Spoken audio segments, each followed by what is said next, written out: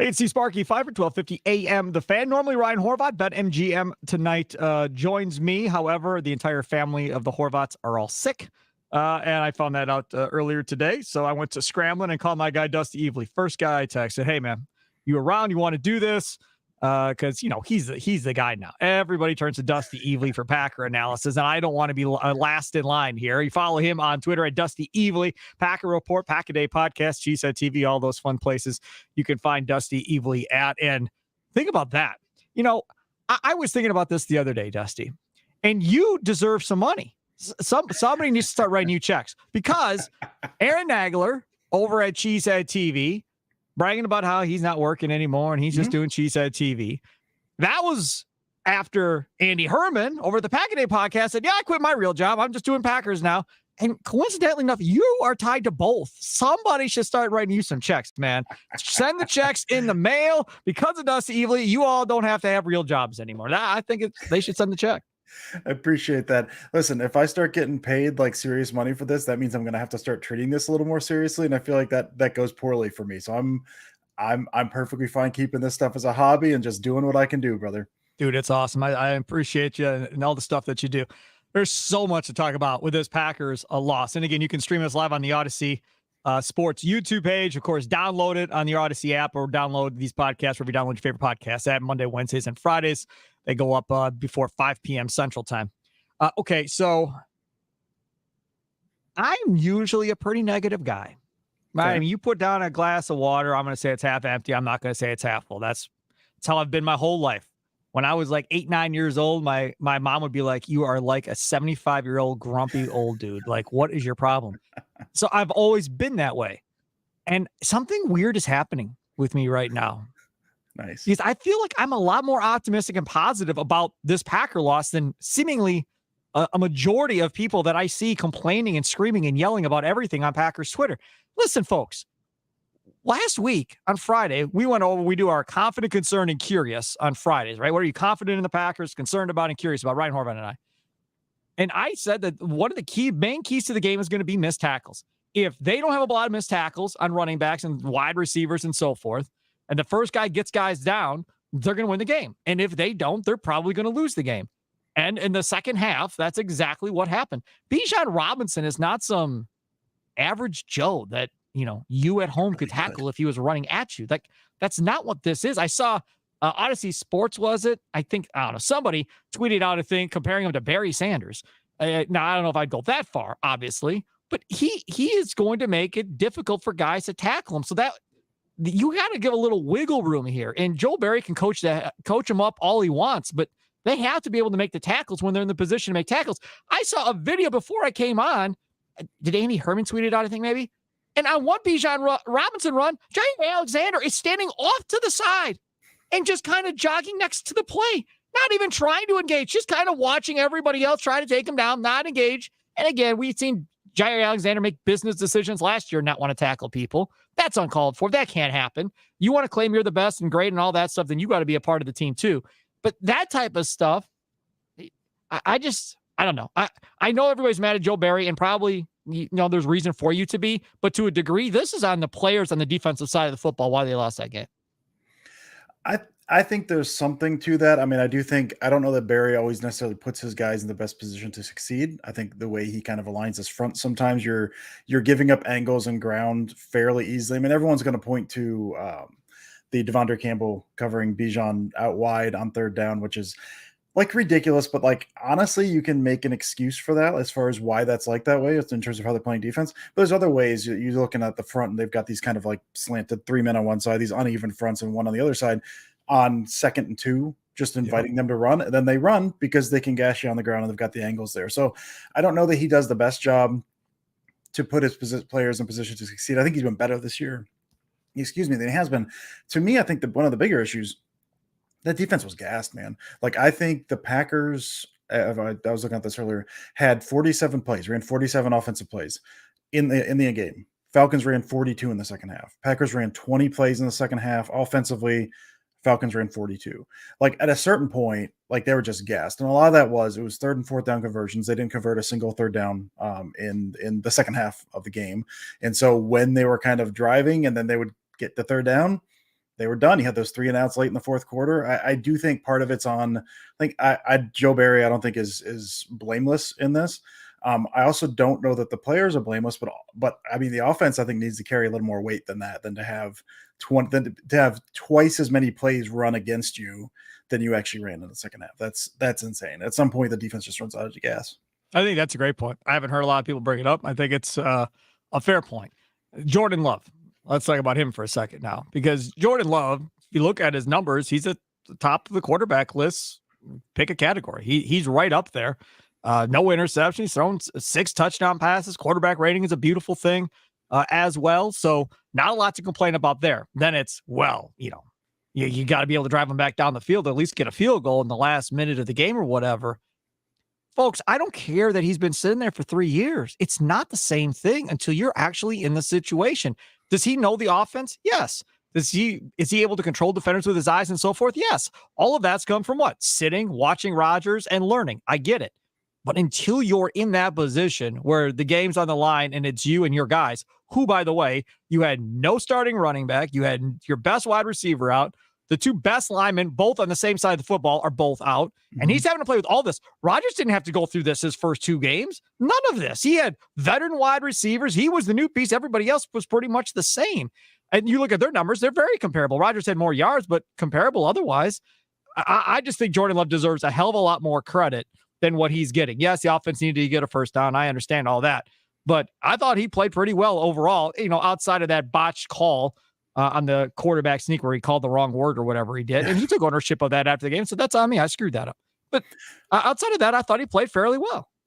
Yeah, he had the one turnover worthy play that he threw right into AJ Terrell's hands. That you can make a point. A lot of that is, some of that seemed to be a fair amount of grabbing from the defensive back there. Wasn't able to get around. That's one of those where I think the concept was not there. He was looking for the middle, and they did a good job disguising it, and the throw wasn't there, and so he went back to his ISO on the right side. Like, that's one of the things. The eyes are in the right place. He was kind of an autopilot a little bit, so not the best decision there. But for the most part, yeah, I thought he played well. I think it's been funny watching them. It's almost like they kind of did this last year a little bit too with Rodgers, honestly. They're segmenting game plans a bit in terms of what they want to get to offensively, what they want to get to, say, from a passing game perspective. They'll lean heavy on one thing one week and then heavy on another thing the next week. The Falcons did a really, really good job in terms of taking away the middle of the field, especially in play action. That's what they want to do. Packers have been very good with that last week, all of preseason with Love, really. Falcons took that away. And so he was hammering quick game outside the numbers. And one of my issues with him has been consistent accuracy. He has issues he'll sail a ball occasionally. He was nails on those things all day. Those quick hitters, anticipation, placement, all of that stuff, just absolutely tremendous.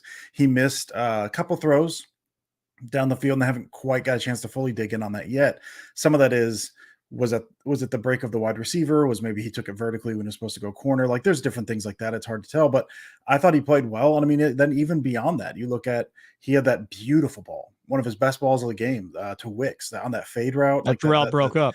Yeah. Oh my gosh. Like, gorgeous throw. He had, the last play that would have been wiped out, I think, by illegal formation anyway, was a gorgeous throw to Wicks right in the middle of the field, diving, got his hands on, ball popped incomplete. And again, that's what gets wiped out anyway, but he's got I think he showed this game consistency in areas we've not seen consistency in, good decision making, and then he just got a little unlucky. Like you said, it's a young receiver group, and he had that line all breaking down. He didn't have the crutch of Aaron Jones to lean on, and then he had young receiver group guys out there. I think some of them maybe not being where they're supposed to be when he thought they were going to be there, but for the most part, I mean, I don't know how you come away from this anything other than impressed with what Jordan Love is. I've got some questions still about the deep ball.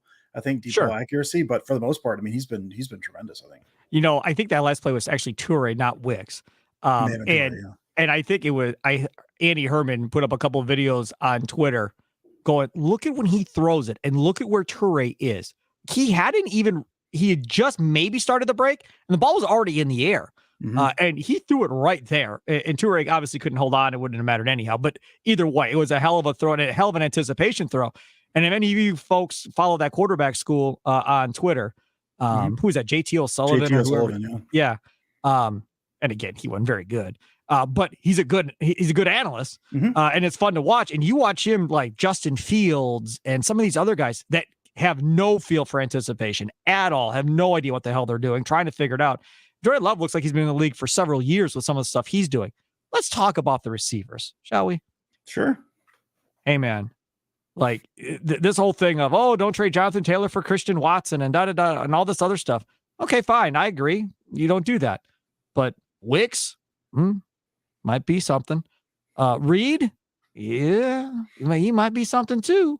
We know Dobbs is. So they're as talented, as deep, and as athletic as they've ever been right now. Now, they're young. It's going to take a couple of years for everybody to get clicking. And I guarantee you, next year, when we get to this point, week 2 next year, this offense is going to be at a whole different level than it is right now because of all the experience everybody is getting right now, including, these young offensive linemen with Bakhtiari and Elton Jenkins out. Yeah, no, 100% agree. I mean, that's been the thing all along, was like the consistency this year, both from Love and the receivers, is not necessarily going to be there because they are so young. And I've been one that's like, rookie wide receivers for the most part do not perform well. And that's changed a little bit with like the rise of 7-on-7 football. And a lot of rookie wide receivers, like in the past 3 years, we've seen better wide receiver play from rookies than we have in 30 years or whatever it's been, like consistently year after year. So there's going to be some growing pains. I knew there would be. But I've been pounding the table for years. Get some speed in there. We saw this in, what was that, 2020, 2021, the 49ers game, 2021. MVS was out, and it was like, oh, we can't stretch the field. We've got all done. Speed. Yep. Now all they've got is speed. It was last year with Christian Watson. They couldn't stretch the field. When Watson was out in that Washington game, LaFleur goes, well, that was pretty much our game plan. So once he couldn't play, we were pretty much screwed. And Rodgers said the same thing.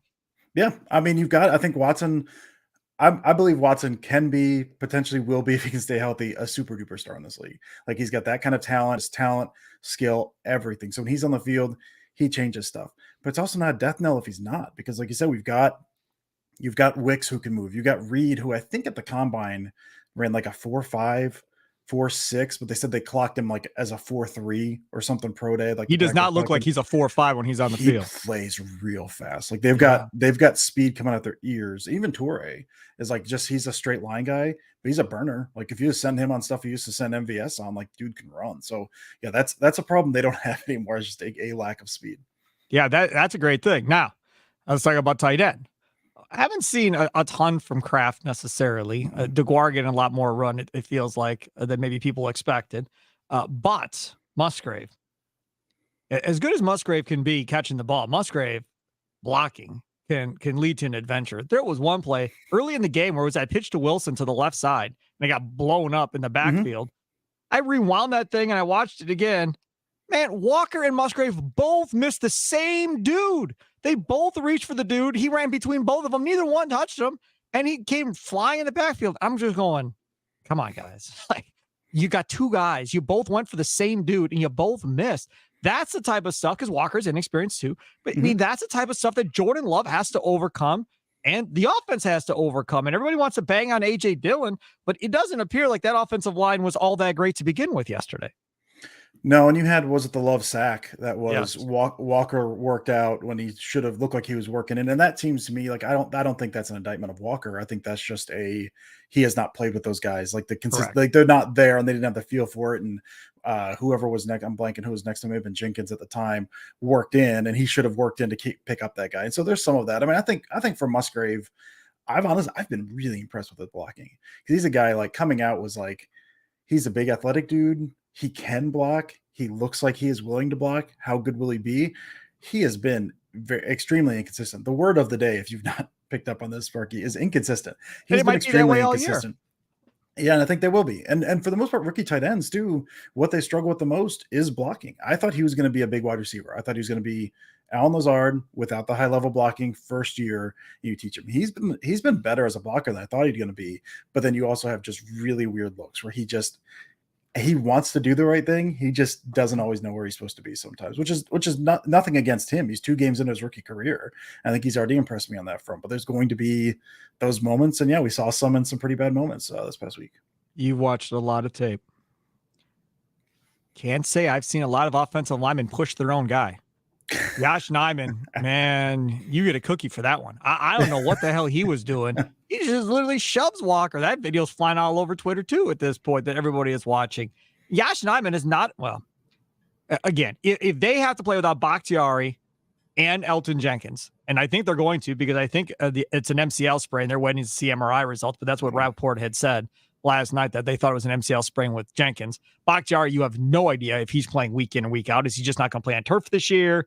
Or is that knee really bad again and nobody's talking about it? Or what the deal is? Who knows?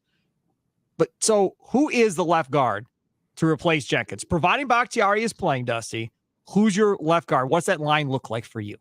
So, I mean, they had Newman out there, which watched after. That's not the option. No. Well, after he came in, I was watching because Newman's thing is like, if you run a stunt at him, it's like he's never seen a stunt before in his life. He's never seen crisscrossing defensive linemen in front of him his entire life. I don't think they ran a single stunt at him this past week. So I think he looked pretty good for the most part. He had a couple blown assignments. He didn't get up to the second level. He had one, I think it's maybe a second snap, that if he had worked up to the second level, if he hit the linebacker, which he actually got to, Dylan's up to the third level. He's up against safeties 10 yards down the field. He's got him lined up. He just misses him. And so that was that's bad. a problem. That's a problem. For the most part, I don't think he was bad. And I think this is going to be the issue with the offensive line if it's constructed this way. And pass pro, I don't think they're going to be bad. They couldn't run the ball very well last year because of these same things, because they didn't have guys that could move guys in the run game. So, I mean, they used Newman. I think Ryan looked better than him in the preseason, but we got so much limited tape on him. I have no idea. I would probably go Ryan just because I feel like we know what Newman is, and Ryan at least is somewhat of an unknown, but that's been the issue all year, or going into the year, was they've got tackle depth. If an interior lineman goes down, like, their interior line depth is not great. So what do? And now an interior lineman goes down, their best interior lineman probably for a while. So I don't know, man, kind of crossing our fingers. I think they can get creative, but if this past week's any indication, I think Newman is probably their dude. Is Tom more valuable at right tackle over Rasheed Walker or Yash versus him moving back inside to left guard to play next to Bakhtiari? Personally, I think he is. I think just tackle is better, but it's more valuable at tackle. I will say that, like, straight up more valuable at tackle. However, if the level is different, if you're jumping up from like terrible to like above average with Tom at left guard, move him over there, and then you have probably Nyman. I think Nyman have been getting more run at right tackle. I think that's when I was talking about being creative. I think that's something they will likely need to explore, because I think even Newman and Ryan, if not mistaken, were more right on the right side, more right guard than left guard at that point. So, right. Yeah, I think we will see that at some point if this goes the way we know Newman has been. I'm happy to say I do not watch the center position ever. Well, watching football plays like all you guys do when you go back and do your film analysis, how has Myers played through 2 weeks? Not great, but I don't think as bad as maybe people are kind of getting on him a little bit. I had not watched him closely this past week yet. I was watching him a bit. I thought he played fine. I think that's a guy who I think can be pretty good in the run game, but the thing with him, it's inconsistencies. I mean, it's been that way his entire career. He is an athletic dude. When they a lot of times when you pull guys like on the run game, they'll pull guard, they'll pull guard tackle. They're pulling Myers because he's got the athleticism. When he's on the move, he's very, very good. But there's times in the run game and pass game, it's just he's getting driven off the ball. Like if he's got a guy up over him, just straight up over his face, he's giving up pressure inside. Like, you can almost book that. And I think that's just probably who he is. So I think he's been fine. I don't think he's been an abject disaster. I don't think he's been amazing. I think he's been fine. He's going to take his lumps. That's just kind of who he is at this point. I'm talking with our guy, Dusty Evely. Of course, follow him on Twitter at Dusty Evely, Packer Report, Pack a Day Podcast, Cheesehead TV. I want to talk about Matt LaFleur a little bit, because I was saying it during the game. And again, not many people heard me. I was about my brother's house in Elkhorn.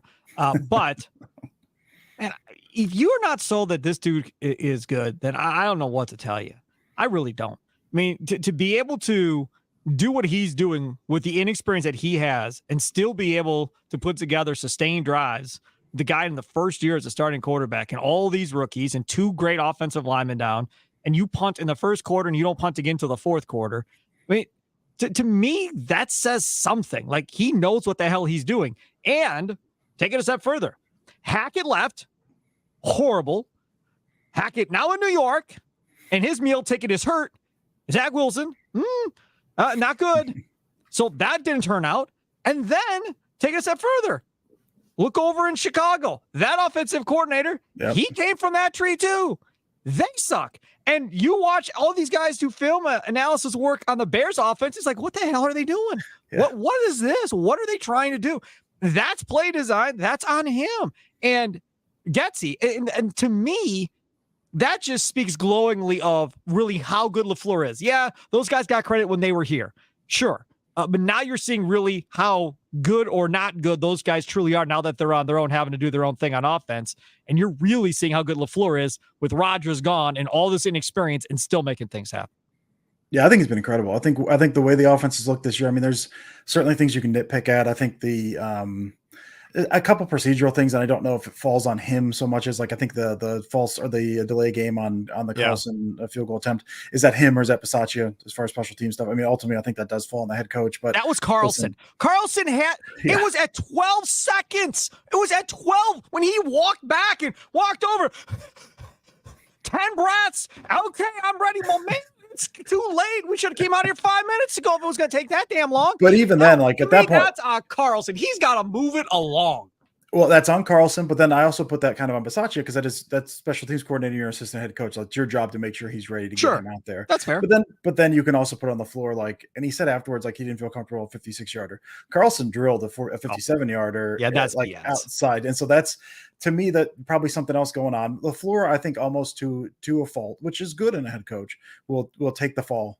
Yes, you will never know what's going on because LaFleur will take the fall for that stuff, which I think is admirable, but also means it's a little frustrating because we're never going to know what the full story was on this stuff. So, and I think, there's that fourth down thing that Love, like you said, gave the wrong word on. I like it because I think there's a thought, there's something floating out there that LaFleur does not want to be aggressive.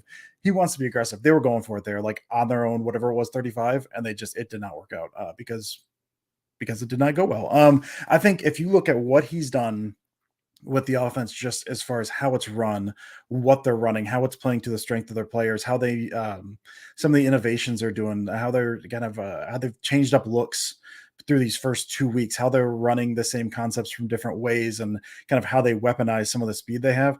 I think it's been incredible. I last year, this whole offseason, people have been asking, how does the offense look different now that Rodgers is out? And I said, well, it's probably 80% of the same offense. They're going to be running roughly a lot of the same stuff. It's just how they're going to be running it, which I think mostly is true. But at the same time, the way they're running it is wildly different. There's a handful of concepts they're running we didn't see under Rodgers because they don't like to attack the middle of the field with Rodgers. Rodgers did not like to attack the middle of the field. But the way they're able to do what they do with speed is incredible. And you can see that he understands that. And I think he's changing that every week. Regardless of what the Packers record is this year, I am just thrilled to be able to watch this offense week after week. It's been very exciting. What about the motion? Average fans like, oh, you can figure out if it's man or zone or whatever. And Rodgers hated having guys in motion, hated it, didn't like it, didn't want anything to do with it. And obviously LaFleur and Jordan Love are running motion constantly on every play. There's somebody in motion and moving around. How big of a deal do you think that is to the importance of what this offense is versus how Rodgers wanted to run it? So, I mean, legitimately, he didn't want to go down the middle of the field. LaFleur does. He didn't want to have guys in motion. LaFleur does. And now LaFleur, again, gets to kind of do stuff his way and scheme guys open and do all that fun stuff. I mean, they still use motion under Rodgers. They're just limited. I mean, to Rodgers' point, and this is something around the league. So it used to be, you mentioned the man zone tells. That used to be a thing that if you motion a guy across and then a guy follows him, that's man. If not, it's zone. You bump coverage and it's zone. That's not really the way it is at this point because defenses are getting better at disguise. So you can have a man follow across or not follow across, but then it locks once the guy sets. And it's actually man coverage, though it looks like zone. So you don't really get those tells anymore necessarily. Like, so you've lost some of that benefit. And Rodgers' point was the same stuff that Peyton Manning hated was I got the look. I know who I have. Manning would always run these static 2x2 sets. So you got two receivers in each side, single back, no motion, because he said, I know what I have. I know what my matchup is. If you're motioning before the snap, not only you're changing the picture for the defense, you're changing the picture for the offense. So now in the split second, the offense is going across, defense is shifting. The strength that maybe you thought you had before the ball was snapped is not what you have anymore. Now you have to process new information, more information from a shifting defense that maybe that changes your reads. And so from a certain extent, like I understand where Rodgers is coming from. That being said, well, and also the other thing is you need speed to enact a lot of those changes, I think. If you're running say Alan Lazard on jet motion, the defense doesn't react the same way as if you're running Jaden Reed on jet Sure. motion, because you're not forcing the reaction you need to. So I think the added speed helps with that as well. And there was a concept they ran. It was the Wicks touchdown. That's something they run all the time. They ran that out of jet motion with Wicks as the jet man. You can't, that's a very hard route for a guy to get into unless you have speed. There's not enough time to do it. Like, the protection breaks down by the time you get there. But since they have Wicks, you're able to force that reaction. He pushes outside on that concept to force the defender to widen out. Then he cuts back inside. That's something you can't do with slower receivers. So I think the combination of motion, which LaFleur for the most part has always used as a way to more like angles in the blocking game and the running game up front than for passing game.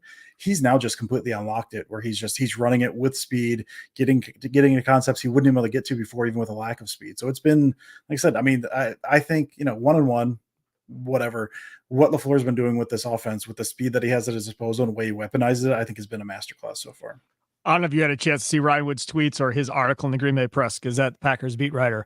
But he painted a picture yesterday in the locker room after the game and said he had not really seen it before, where it kind of became a classroom where dudes were like huddled around in same position groups, kind of going over stuff that happened and kind of using it as a teaching and learning moment in the locker room. There wasn't we lost type deal. It was, okay, let's fix this now. Let's talk about what we did wrong and how we're going to get better at it. And I quote tweeted the tweet from Ryan Wood and said, this is good. This is how a young team gets better. Because a young team could also just hang their heads and be like, oh, damn, we blew that. I can't believe we blew that. We didn't score in the second half. We're going to hang their head and it could fester for a day or two before you get yourself out of it. The fact that they were able to process and move on that quickly and be like, okay, let's just fix this so we're ready to go against the Saints and let's move forward. I think that's positive. And I think a lot of that is fostered by leaders in the locker room and the coach, and how he's gone about this and how he's decided he wants this team to go. Yeah, the leaders in the locker room thing is really interesting too, because that was a big talking point in terms of they jettisoned all their older guys, right? I mean, it's Jones, it's Bakhtiari, Mercedes Lewis is no longer there, Aaron Rodgers is obviously no longer there. Like, they've gotten rid of a lot of their older guys. It's the youngest team in the league. And so that was the thing, is, okay, where are the leaders going to come from? You assume Jordan Love would be, but he's got kind of that quiet leadership ability to him, and people don't always like that, and who knows how that's going to go. So the fact that these guys, I guess my point about Mercedes Lewis, because I wanted them to bring Mercedes Lewis back, because my thought was, even if he's not giving you much on the field, there's a lot of times the young players will talk to a player in the way they want to coach, and so the way they kind of troubleshoot stuff will be different. You go to the player, and Mercedes Lewis, having seen that all before, that was my point for bringing Mercedes Lewis back. It seems like they're doing that without the vets, kind of. You've got these guys, they're banging their head against the wall. It's almost like brainstorming sessions by themselves and figuring out the answer as opposed to being told the answer, which is an interesting dynamic. And again, one of the talking points was, does LaFleur have control of the locker room without vets? How are they going to be there? It's really cool seeing this young team kind of, like you said, they're not hanging their heads, because that's something too. If you know the right guys in there, the veteran leader saying, all right, pull yourself out of it, you can easily fall into young guys kind of hanging their head. Nah, man, we didn't do well, blah, blah, blah, blah, blah. The fact that they're got these leaders in there and they're figuring this out themselves, I think is a very encouraging sign for an extremely young team. No doubt. And we talked before the season about getting to that bye week and having one more games than you lost getting to that bye week. And if that happens, everybody's happy of, okay, we get to the bye week. We've won more than we've lost. Now let's put this thing together here coming out of the bye week. You're going to do your self-examination, all that stuff that the coaches do. And then you kind of move forward. And I think that still has to be the goal. Because now I think the goal is, okay, win the next game, obviously, take care of the Saints. And then it's a huge game against the Lions on Thursday Night Football. And guess what? It's a young team. It's their first short turnaround. And having to prepare in a completely different way than you do when you get a full week. That's going to be a huge test for this Packers team of making that short turnaround next week, where you play Sunday and then you got to come back and play the team that everybody picks to win the division, the Lions, who are extremely physical and are going to try and punk you in every way possible when you play Detroit. Kansas City talked about they knew that's what Detroit was going to try and do to them. And Andy Reid preached, just stay out of the mess. Just don't let them get in your head. Just stay out of it and keep your composure. And that's going to be the next big test, is beat New Orleans, be 2-1, and then put yourself in a position to really feel good about yourself if you can take care of the Lions. Yeah, absolutely. I mean, and before the season, I was like everyone else, you look at the schedule and go, what are the winnable games? What are the losable games? And me being usually before the season, the ever optimist is like, where they're winning 15 games this year. But I was looking realistically before the bye week, and this was the Falcons game was the game where I was like, they're probably losing that game.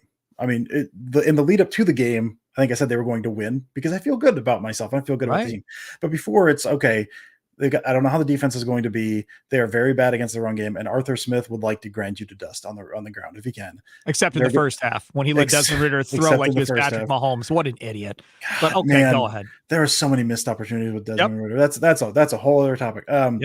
I was like, this is going to give them problems. The run game of the Falcons is going to give them problems, and ultimately it did, and that stinks. But they're sitting 1-1 about like I kind of thought. I hope they beat the Saints. Are going to be a tough game just because defensively that's a tough game. I think they play tonight, if I'm not mistaken. So that's going to be tough. But yeah, that Lions game, huge test, and then the hope would be you ease into that bye week with a win against the Raiders, who are not looking particularly good, and whether they're. I mean, to me, that was I don't really care what their record is at that point. If they're 3-2, if they're 2-3, if they're 1-4, but they've looked promising. I think that early bye week, not only for health, but for like just to take stock of this young team. If their only win going into that bye week is the first week, but they've showed promise and they go into that bye week and go, all right, listen, man, we're not really out of this yet. Here are the things we can fix. We can kind of level set ourselves. I don't think that's the worst thing in the world either. I don't know that I have faith in this team. I'm just excited about the potential of this team, I think is where I'm at. Dusty, I'm going to be clinically depressed if they don't win another freaking game between now and the bye week. I'm going to tell you that right now. I mean, I am going to be depressed because the amount of negativity from this fan base is going to be outlandish if they are 1-4 at the bye week. To me, it's got to be 3-2. I look at it. I want to be 3-2 at the bye week. That's fine. And again, win more games than you lose. I'm not saying they can't lose another game, right? They're probably going to lose to the Lions. I'm just honest about that. I think they can beat New Orleans. I think they can beat the Raiders. The Lions is going to be tough, mainly because it's on 4 days rest, and they're going to be super physical and try to push those young receivers around. So I understand that. But having said all of that, if they are 3-2 going into that bye week, Matt LaFleur's got to be smiling from ear to ear going, good luck, rest of the NFL, because now my guys got a little bit of an idea of what the hell's going on. We're going to make a couple adjustments here, and then let's see what happens. If they're 1-4 and the state is depressed and that defense is awful, then Joe Barry should be gone during the bye week. If that's how this plays, and it's not because of Jordan Love they're losing, and who was it? Was it Rasul Douglas? I think it was Rasul Douglas. Somebody in that locker room said, hey, man, 24 points, we got to win. We scored 24 points, we got to win. This is on us. And I agree. If he's putting up 24 points every week in that offense and you're 1-4, then Joe Barry, it's been real. Like, you got to go. You can't let him continue to call this defense. If you're averaging 24 points a game and you got one damn win to show for it, you have to make a change to give even if they promote somebody from within, even if they don't get Leslie Frazier, let's say, and they just promote somebody from within the staff, fine, but show your guys, hey, man, we apologize. We're going to try and figure this out with somebody else. Because at that point, you would think that everybody is probably losing faith in Joe Barry if it's going that bad. You would think so. I mean, I will say I've been somewhat encouraged by some of what Joe Barry has done. He's changed up his MO a little bit. And traditionally, this is where then I try to get into optimistic mode, which, shoot me down if this is way too optimistic. Traditionally, Joe Barry has changed the defense, has changed what he's done post bye week. The problem has been bye week has been too late. Last year they did, and they were incredible after the bye week. I have a question. Go for it. Why does he just keep doing that the next year? Is Joe Barry changing stuff at the bye week because Matt LaFleur is telling him what to change it to at the bye week? Or is Joe Barry changing things during the bye week because Joe Barry knows what to do during the bye week? Because my opinion is last year, that was all Matt LaFleur driven. And Matt LaFleur said, to hell with this. This is what I want you to run going forward. And this is what we're going to run. And I think if Joe Barry would have fought back on Matt, Joe Barry would have been gone. But Joe Barry said, yes, sir. I don't think it's all the floor either. Like I've joked about this, and it's not really a joke. I think the defense got better when Jair Alexander started bullying Joe Barry. When he said, because don't say that out loud. Oh my God. He wanted Justin Jefferson in that Vikings game. Again, yes, he did. Partially a joke. He did not get him. And the next time they played him, Jair Alexander, from the stories, Jair Alexander walked into his office. He's like, you are giving me Justin Jefferson. And then they played inspired after that. So listen, I'm not saying that the players need to bully Joe Barry. But that's the thing. All right. Like just the team as a whole, right? The whole thing, LaFleur is kind of a player's coach. He kind of lets them work things out amongst themselves a little bit. He sits outside, he provides a structure. The players kind of guide where this team goes in some cases. If that's the case for the offense, if the defense does the same thing, I mean, it's the personnel versus what they run, right? Because it's always been, this is between Jair Alexander, when Stokes was healthy, Stokes, and then Rasul Douglas, this should be a press man team, and they're not. And they never have been, and they likely never will be. And even like the cover 2 stuff, he leaned in more cover 2 last year after the bye. Joe Barry did. And that gets your corners up closer to the line on the edges. So you can press. You got this press two stuff. He just doesn't do that, like, as far as who he is. It's almost like he's got this playbook that someone else came up with, and he's like, I'm going to run this stuff, but he doesn't really know why. And so since there's not really like a full understanding of what's there, right, and you're trying to make alterations, it doesn't go very well. And so, I mean, I think to answer your question, I think it was either the floor or the players, or a combination of the floor and the players. Was it Joe Barry's first year, that Lions game? I was at that game. They were getting shredded by the Lions and Jared Goff when the Lions were bad. And then at halftime, LaFleur says something to the effect of, you need to start blitzing him. You need to make him uncomfortable. And they came out with a blitz heavy game plan, which has never been something Joe Barry's done. Right.